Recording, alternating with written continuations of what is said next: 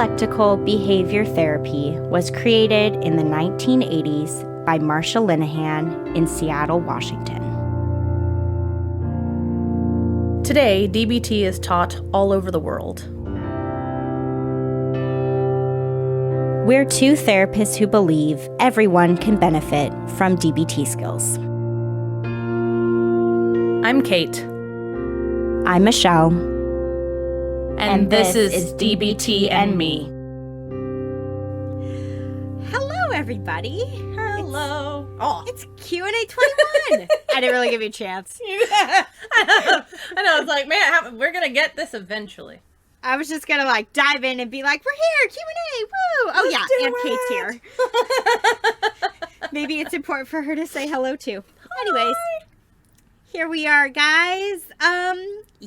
Kate's going to start us off with a very short post that we got in the Facebook group. Yes. Short but impactful. And then we're going to just proceed from there. So go ahead, Kate. All right. So this post, I suppose, read, "I feel so numb. I just want to feel something." Yeah. And of course, I mean, there's a lot that we don't know here, right? About what was going on in this listener's life at the time that led up to them making this post or feeling the way they were feeling. But hey, feeling numb can be a pretty universal experience, I think, even if there could be many different roads to get there. So it felt important to talk about. I will first talk about something that I learned when I went through my focusing trainings a couple years ago. And as a refresher, the whole idea behind this practice of focusing is to essentially try to notice what you're feeling in your body. And if there's any kind of emotional quality to that physical sensation or any memories associated with that physical sensation or images or anything at all. And one of the things that we talked about in the focusing training is essentially, what do you do when people more or less say, I'm not feeling anything? Kind of an idea, right? Like, I'm not noticing anything. There isn't something there. And that came up for me with this post of like, I feel so numb, I just want to feel something. It almost seems like what's implied is I'm not feeling anything. But kind of what we do when we're helping someone with focusing is we get curious about the nothing, which sounds kind of interesting, but like that idea of feeling numb, I would get curious about, how would you describe that numb? Is it an empty? Is it black? Is it big? Is it small? Is it cold? Is it apathy? Is it, I don't know. What is the numb? And getting curious about that. And sometimes when we just give ourselves some time to get curious about the thing that feels like nothing, then sometimes we realize that there's more to it than we might have initially thought. I've even had it at times where, like, because I've had hip surgeries, where I would say my hip felt numb, and the doctors would be like, from a physical standpoint, they'd be like, numb as in you can't feel it, numb as in pins and needles, numb as, right? So there's all of these things that we can get curious about with the language that we use. And when we essentially say that we're feeling nothing, what does the nothing feel like? So that was one route that I thought about, is that when this experience arises, that you can look at it that way and see if anything comes to you about how you would describe it. But overarchingly, I think the biggest thing when it comes to feeling numb is that bottom-up processes can really help here. So the bottom-up processes where we're doing something with our bodies. So emotionally, you might be feeling numb, or emotionally, you may be really struggling to feel anything. Can you feel something with your body, right? What happens if you do some of the stuff from TIP? What happens if you do half smile or willing hands? What happens if you do some of the self-soothe stuff with your five senses? Then what happens? And just being curious and open to that. So I mean, there's lots of different bottom-up processes that DBT has. I like to go to willing hands or half smile. I would say here would maybe be my first choice. Just try those for like a minute each and then check back in with yourself. Maybe there's a difference, maybe there's not, but that could be an exercise to try that's relatively simple. It could be done relatively anywhere without too much effort. And the other thing too, like hearing the listener say, I just want to feel something. Again, I don't want to go too far down a rabbit hole here because I don't know what this listener meant. Sometimes when people say, I just want to feel something, not always, but a lot of times what we imply there is I want to feel something in the joy family. Not always. But sometimes that's where people want to go. I want to feel better is a thing that we hear a lot. Well, what does better mean? So you can get curious about that as well, of like, what is the something? But I would also, I don't know, not put too much emphasis on the outcome, if that makes sense. Like, if you are feeling numb, as this listener put it, and then you try half smile and willing hands, and maybe after that you feel different in some way, but it's like on a 1 through 10 scale, you've gone from maybe a 1 to like a 3, and you're like, well, I was hoping I'd feel at like a 6 or a 7. Hey, some kind of movement happened, some kind of shift happened, some kind of change happened, even if it maybe wasn't as much or in the direction that you hoped for. You did something different and it had some kind of an effect. And that's sometimes positive in and of itself. So I would also just be curious about that too, when there's these times of like, yeah, when people are kind of saying those messages, I want to feel something, I want to feel better.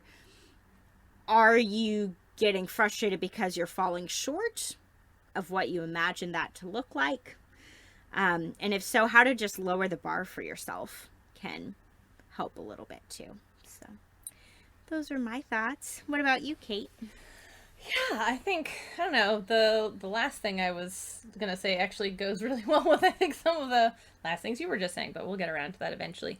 The first thing I have was just that reading that comment just made my heart hurt a little bit for the person who was writing it.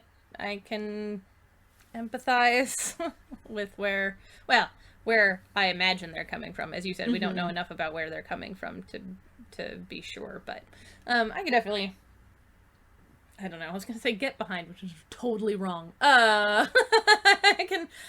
can imagine a scenario in which I might say something similar. I guess that's what I mean. So that's thing one. Thing two, I don't know, actually, it's like, I think we phrase these very differently, but we have a lot of similar ideas in here, which is like focus on tiny moments. I think there can be this sense when you're feeling overarchingly numb, or overarchingly any other things we consider unpleasant, angry, depressed, right? Some of the darker, more heavy emotions. That if that's the baseline, we don't notice the blips that are different, right? And so pay attention to small moments. Right? Are you numb, but that first sip of coffee, tea, whatever, in the morning still brings a moment of pleasure, right? Are you numb, but that kid playing outside, their giggle is a little infectious, right? And you find yourself smiling and laughing for a moment, right? Are you numb, but you had a moment of contentment holding your pet? Right? So notice the blips, right? For me personally, when I've been in these places of profound numbness, profound depression, profound anxiety, I can lose sight of them very easily, and also coming back to them is normally it's my anchor, right? It's the rope that I can hold on to and sometimes use to start pulling myself in a different direction. Are these tiny moments where I feel differently than I am at that baseline emotion, whatever it may be. So that's something I would say. Notice tiny moments. Hopefully they're there. If they're not there, if your particular flavor of misery is unrelenting, that, to throw around a word I rather like, but it's not in common parlance, anhedonia, right? A lack of ability to feel pleasure is a term that we use in diagnostic criteria and stuff like that in psychology. When it's so profound that you don't even have those tiny moments, I will say that personally, that's one of the times that I start to think that medication might be a good option for a person. But it's awfully hard to find any kind of rope if there's no pleasure, right? Not even those tiny little fractions of moments. It can be really hard to dig yourself out if you can't find pleasure in anything. So I'm not normally a big, I don't know, I consider myself kind of medication agnostic. I'm not committed to it one way or another. I think there are, every human is unique, every circumstance is unique.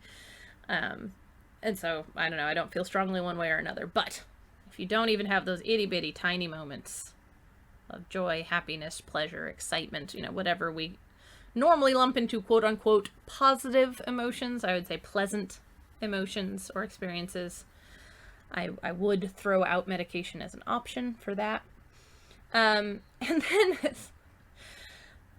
not cheerful as this may be, it might also help to recognize and remember that unpleasant feelings are still feelings.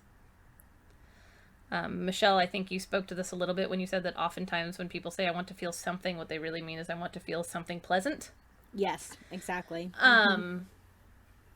Which I get. Yeah, it makes sense. It makes perfect sense. And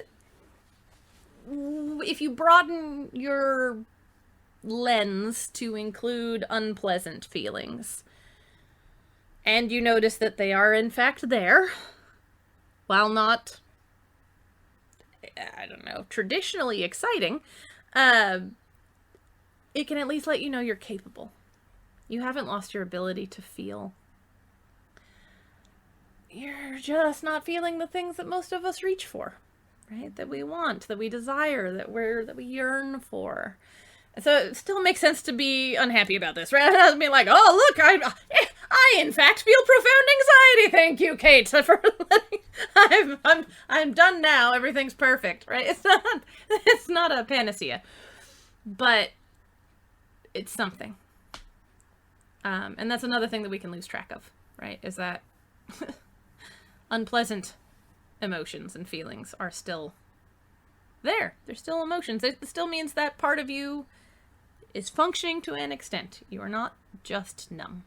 So I don't know, maybe you are a person who actually wrote this. I don't want to presume, but I know that, again, for myself, I can start to equate like constant depression or, constant just downness as numbness.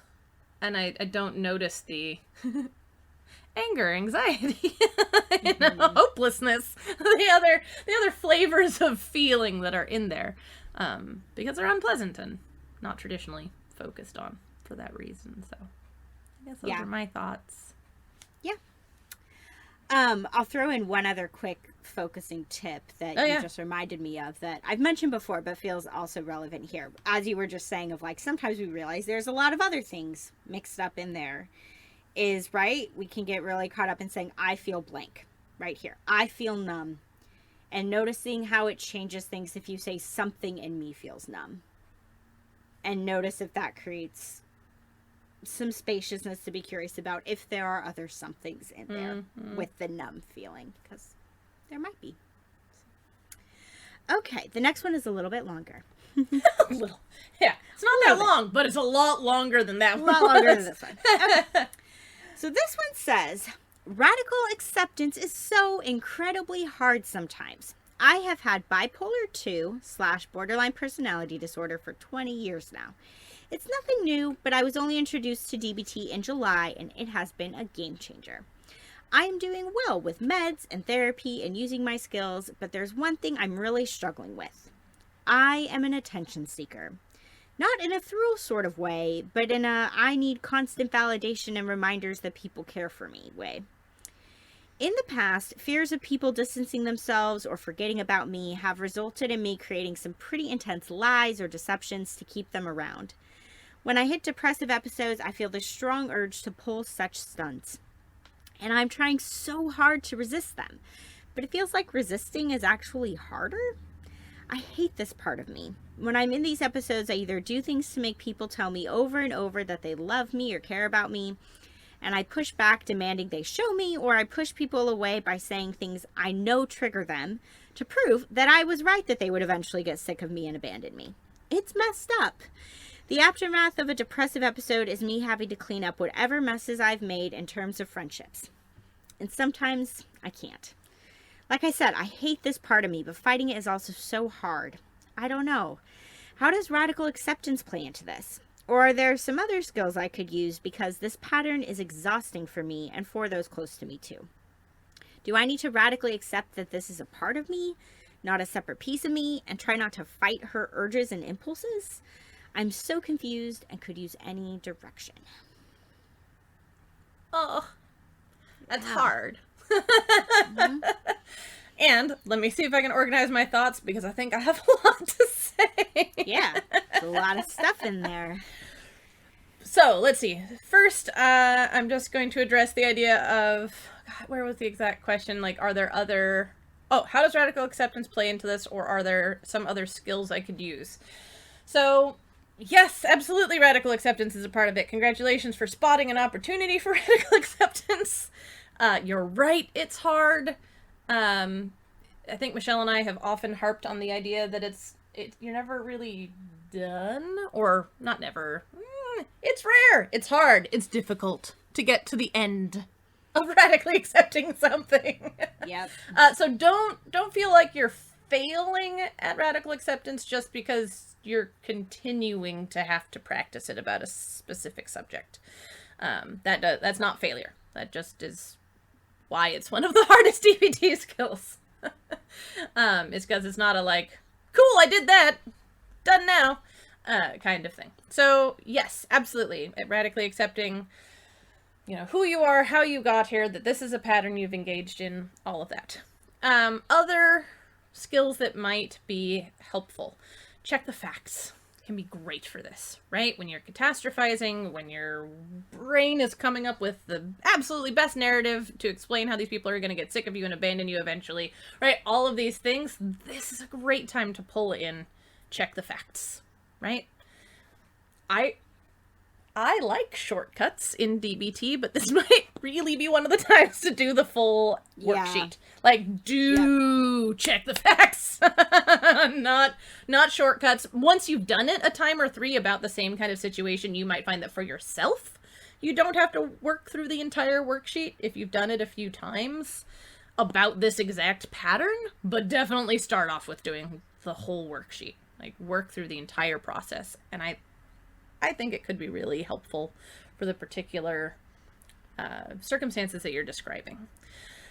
Another one, ride the wave, right? This is an action urge. I think, what is it, DBT always calls these problem behaviors, right? Mm-hmm. Is that the term? Right, this is an action urge towards something that you're trying not to do, and that's exactly what ride the wave is for. Is tolerating those moments of intense urge to engage in something or another, whatever it be for you, and because I'm me, I can't not throw in self-soothing. Generally I would place this though after most of the rest of these, right? Check the facts and then self-soothe, ride the wave and then self-soothe. Right? I think self-soothe can be a nice follow-up, especially to particularly intense moments or particularly difficult skills. So there's the super DBT answer to all of this. Now the rest of my thoughts. You say, gosh, where is this? Do I need to radically accept that this is a part of me, not a separate piece of me, and not try to fight her urges and impulses? Yes. right? She is you. You are she. You are you. and this is a part of you, right? So yeah, you've just got to accept that this is a part of who you are. Do try and recognize you got here honestly.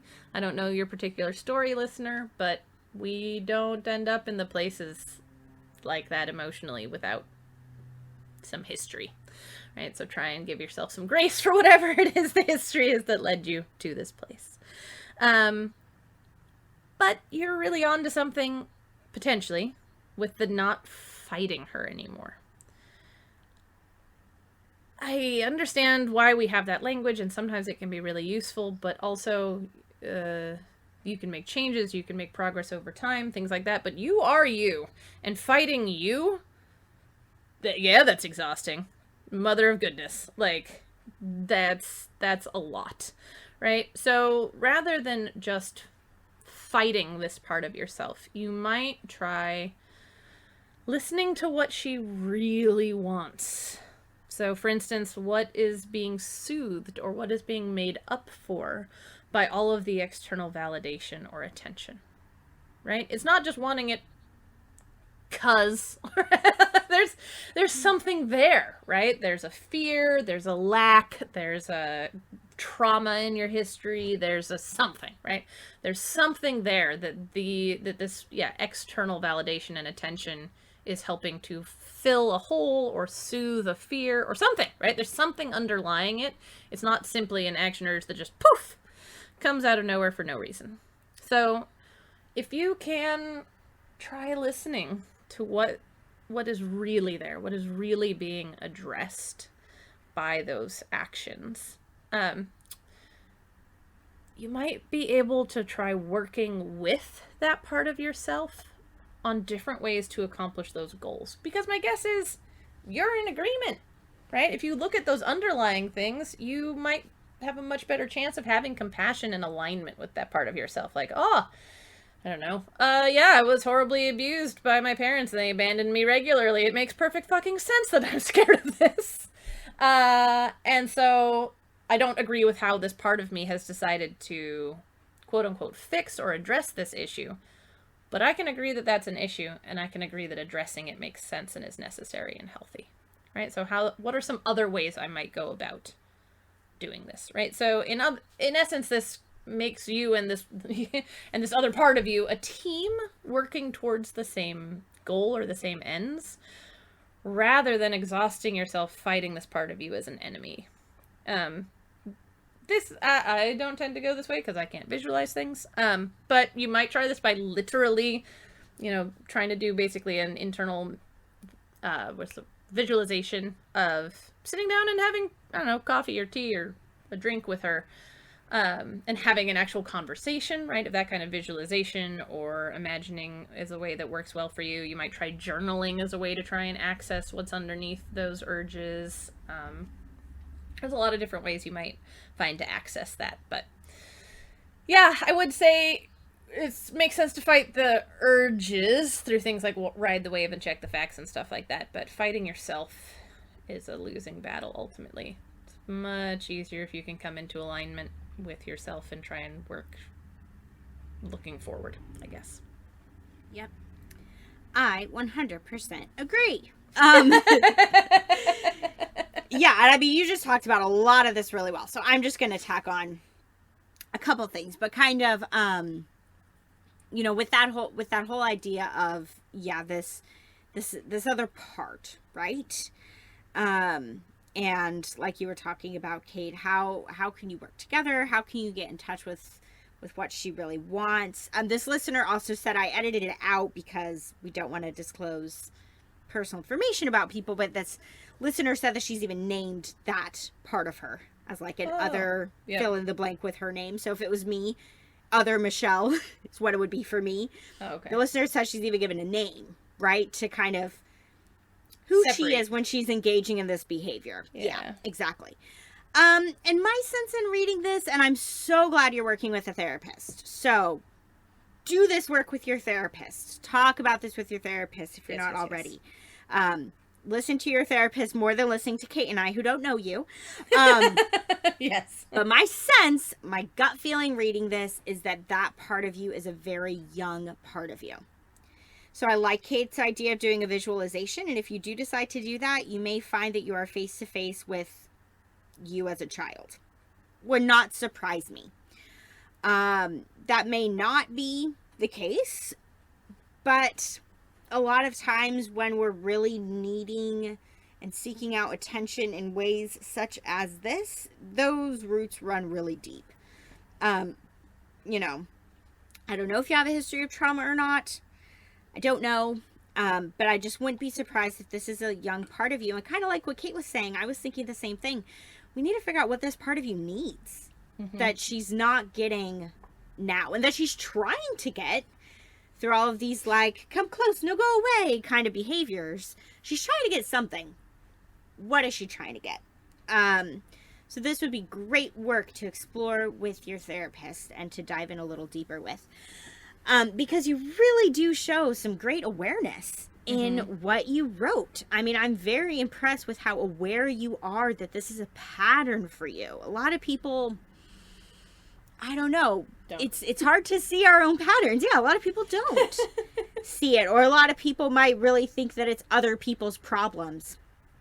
And you're owning this as something that you do, something that you want to change. Like, I'm very impressed by that. So given that you have that kind of awareness, the other thing that I was thinking about with this is, how are you communicating what you wrote here to us? How are you communicating that to the other people in your life? How aware are they that this is a pattern for you? Now, this might be rather hard in the moment. And I imagine that when you're kind of trying to pick up the pieces afterwards, when you're not in a depressive episode anymore, that you might be trying to convey to them then, like, this is what happened kind of a thing. But if you are at all able to catch yourself in the moment, noticing these urges to, again, say hurtful things to people and try to see how far you can push them, sort of an idea. If you are able to name what's going on to the people in your life. I was trying to think of how this falls under a DBT skill. The closest I could think of would be using some of the principles from FAST. In terms of making sure that you're being truthful, and this is a way to be fair to yourself and to them, of being like, hey, this is where my mental health is at right now. And I'm not saying that that's necessarily an excuse, but it does give them some context for why you might be doing or saying the things that you're doing or saying in that moment. Especially, you mentioned having a bipolar diagnosis. So, but, you know, it can look different for different people, what it looks like when you're in the midst of a manic episode and things like that. But if you're able to name for the people in your life, hey, I can tell I'm in a manic episode right now. When I'm in a manic episode, these are some of the things that I do. This is some of the things I might say. And just how to communicate it to the people around you. More of what this pattern is. Because I love that you can see this pattern for yourself. Now it's sharing that with other people so they can see it too. And that may help. I mean, can't make any guarantees, but that may help with some of this repair work that you're trying to do with people after the fact. Or it may mean it doesn't get as bad as maybe it normally does if you're kind of naming what the thing is, either before it happens, or you can catch it when it's happening, of like, I can tell that I'm feeling really upset with you right now, and I also think that the reason why I'm feeling upset right now is because of this, this, and this going on within me, kind of a thing. So that would be something else to maybe consider getting curious about, is how do you communicate about this pattern to people in your life, and how can you let them in on what's going on? Okay. Next one, Kate. Next one. So next one reads, "Hello, I listen to your podcast regularly. Thank you for the time and passion you put into each episode. I have a question about teenagers and mindfulness. When you encourage us to do anything mindfully, does that include things like watching Netflix, TikTok, YouTube? Can you be mindful about consuming social media for hours on end, asking for a teenage friend?" Yeah, so my first thought is mindfulness is very hard to do for hours on end. Yes. This is another thing that we say about mindfulness. Yes, we do say that you can do anything mindfully. We also talk about how, 5 minutes of mindfulness a day is great, right?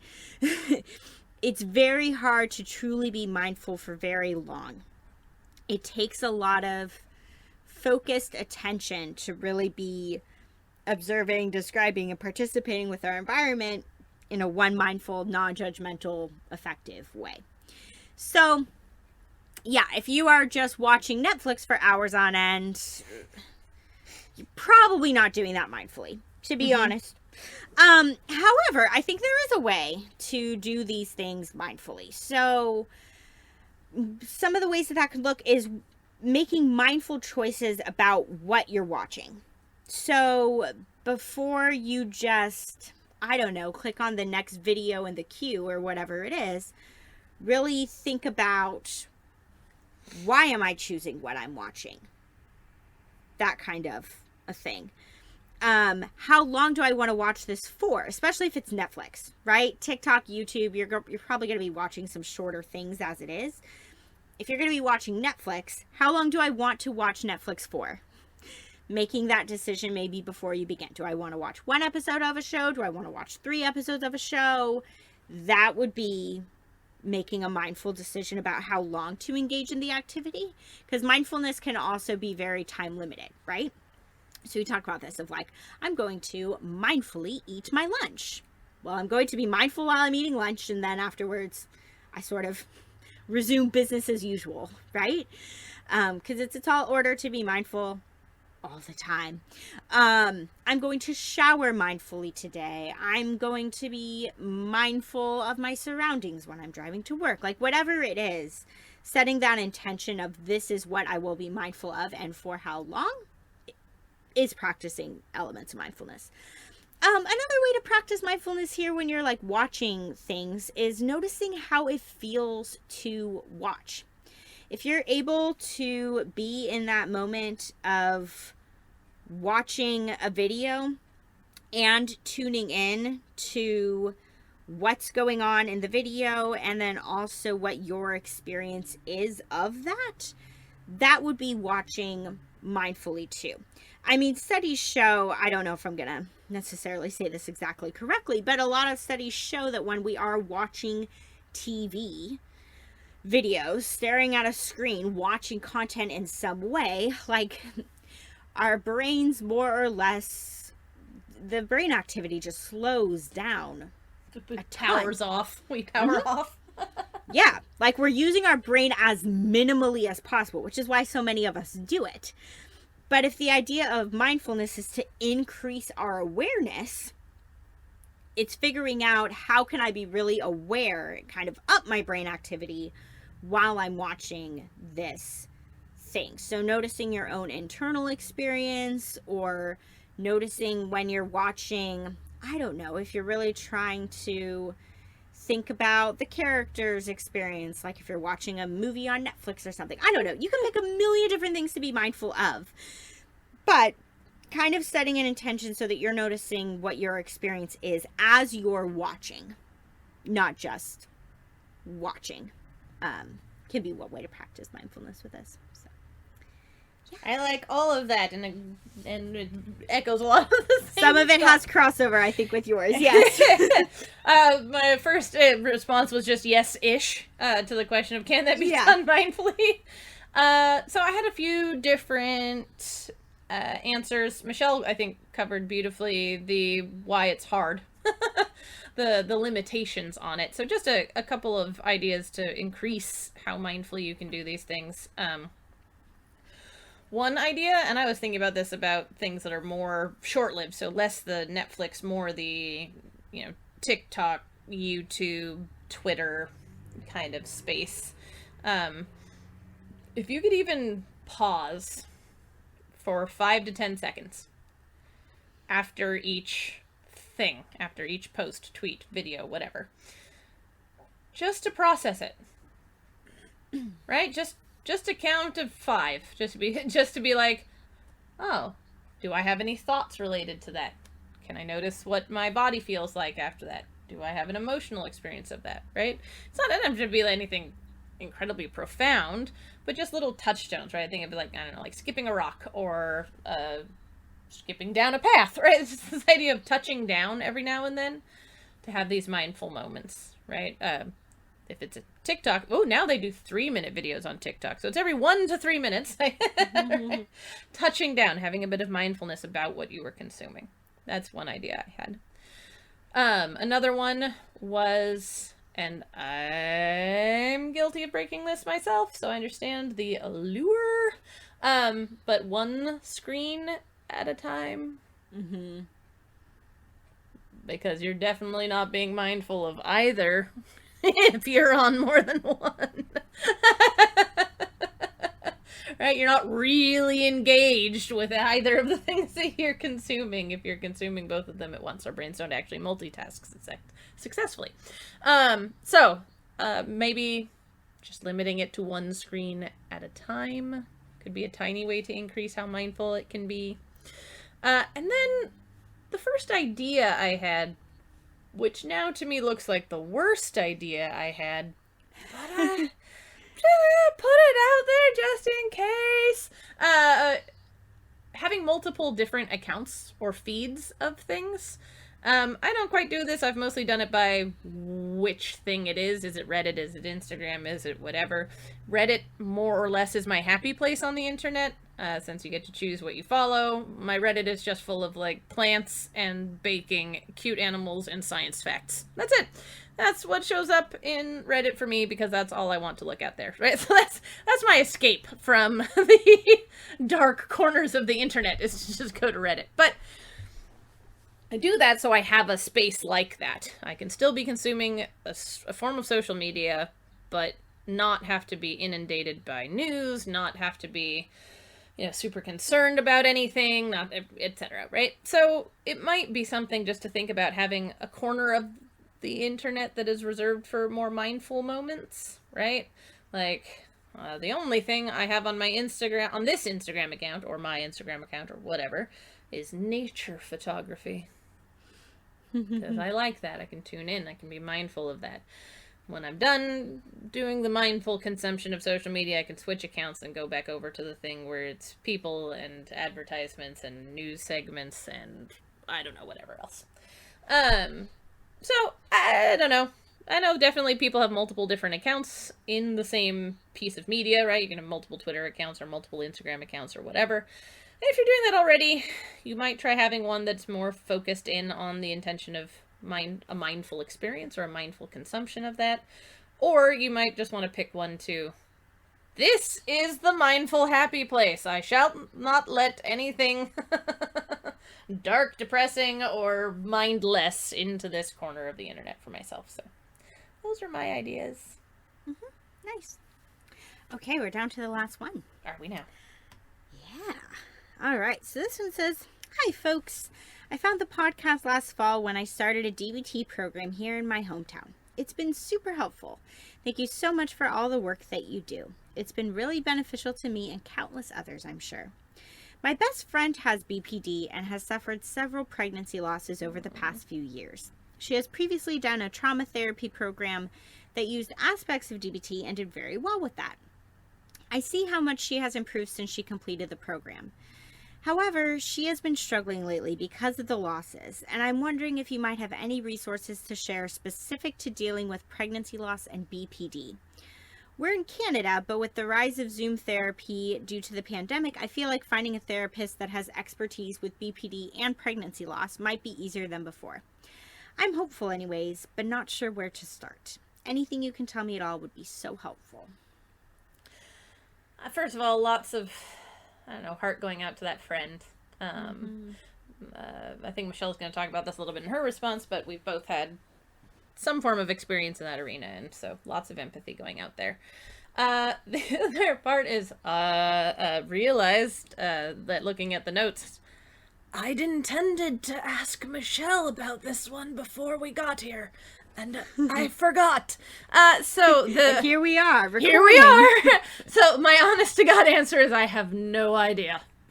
And I'm so sorry, but that's accurate. I don't know. I've not heard of anybody with that particular specialty. There's enough therapists out there in the universe that one imagines it has to exist, but I'm not familiar with it, nor am I off the top of my head familiar with any books or anything else that's in that particular arena. So, I apologize. That's the truth there. The only thing that I did think was, I don't know, I would potentially skew towards finding a specialist in grief, someone who focuses in that arena, and then also make sure that they feel comfortable with, working with folks with BPD. Because, I don't know, personally, in our area anyway, Michelle, you might have a different experience, but I see fewer people talk about being grief specialists, so that seems like a little bit more of a narrow area. And if that's specifically what your friend is struggling with so much, that might be a place to go, is sort of grief-specific work with someone who also can be helpful with folks with BPD. I don't have a big overlap of DBT and grief of any sort that I'm aware of. I mean, lots of things can, right? The distress tolerance is great for grief, right? The whole module can be really good in that arena. So if she's looking for specific skills, that's the module that I would most recommend, is the skills in distress tolerance and amount in emotion regulation as well. But I don't have good information about the overlap of the two. Mm-hmm. I hope you had more thoughts than I did, Michelle. I did. I did have more thoughts. Because we received this as an email, and so the first thing that I did was I essentially tried to go to Google and see what I could find, because I was like trying to just be transparent. I didn't know what to say here. And I actually, even just now while you were talking, you guys might have heard it on the mic, but I was trying to just type in again. I was like, I Googled this, but let me just double check. To be honest, I would not, and I hope your friend maybe has not, searched for anything involving the terms pregnancy and BPD together. And that sounds really bad. But Kate and I have talked about this before. I think especially in the episodes we did focus on BPD.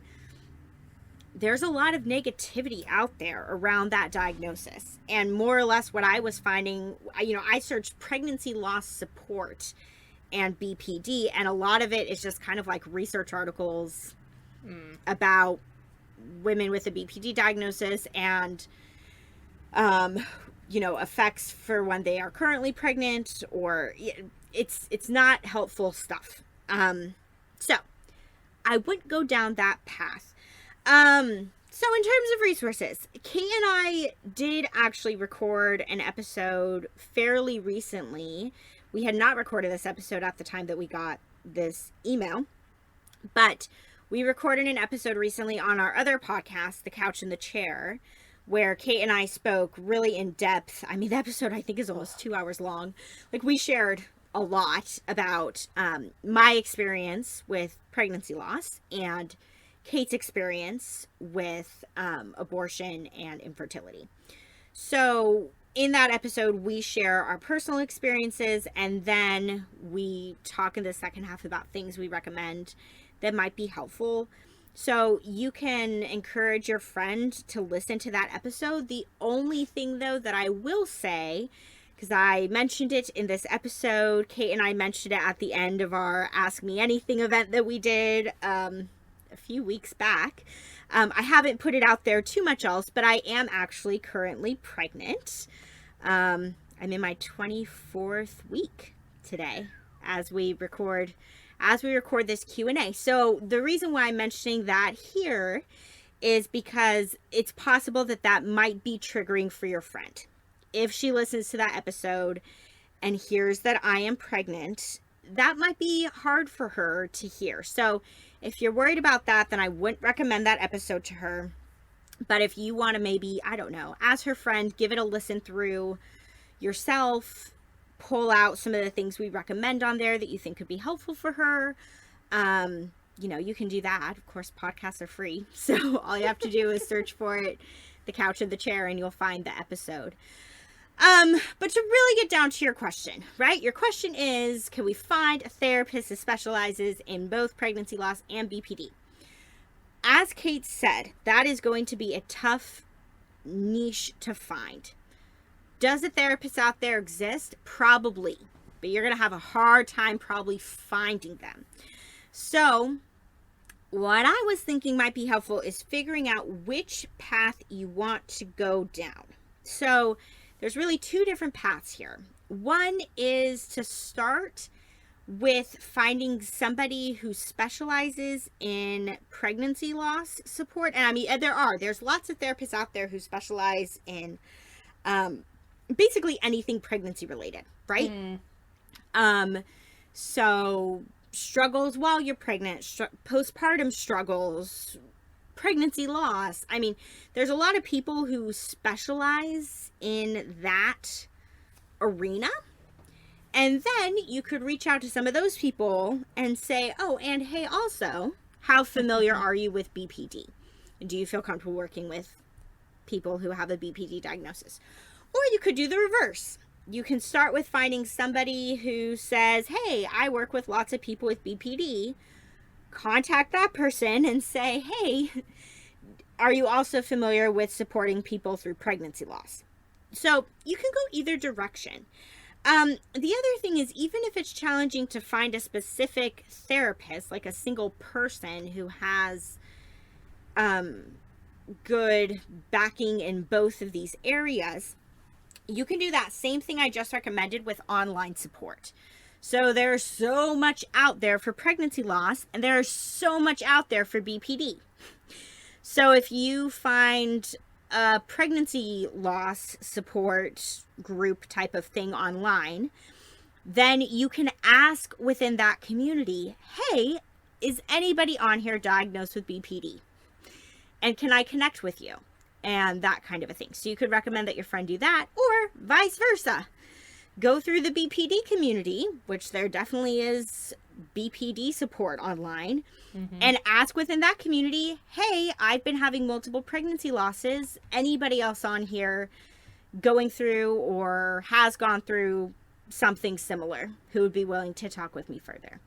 So that's how I would recommend finding the support. Is just you kind of got to pick one of the two as a starting point. And I think you could potentially be successful with either one, because the good news is that both of these communities are quite large. So I can guarantee among people who have experienced pregnancy loss, you're going to also find people diagnosed with BPD. And within the BPD community, you're going to also find people who have experienced pregnancy loss. I feel pretty confident in that. But again, if you're trying to find both at the same time, that's where you might run into some difficulty. So start with one and hopefully you'll find the other, would be my recommendation that you can pass on to your friend. Because yeah, she's not alone. And I want her, that is one of the big things that Kate and I recommended. I mean, we've both shared this on DBT and Me in our grief episode. I shared about experiencing pregnancy loss. Kate shared about, experiencing an abortion and infertility.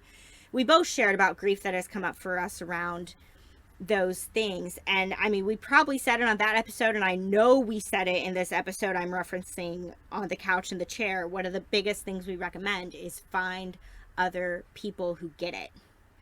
Find other people who are in that boat with you. And that can come with struggles, to hear other people's stories and to see how, it's the best way I can think of to put it, to see how widespread the struggle is. Can be really hard. It's hard to hear how many people have experienced pregnancy loss and that kind of a thing. It's not easy, but she's not alone. So that's how I would recommend that she can go about finding her people. So I hope that will help her.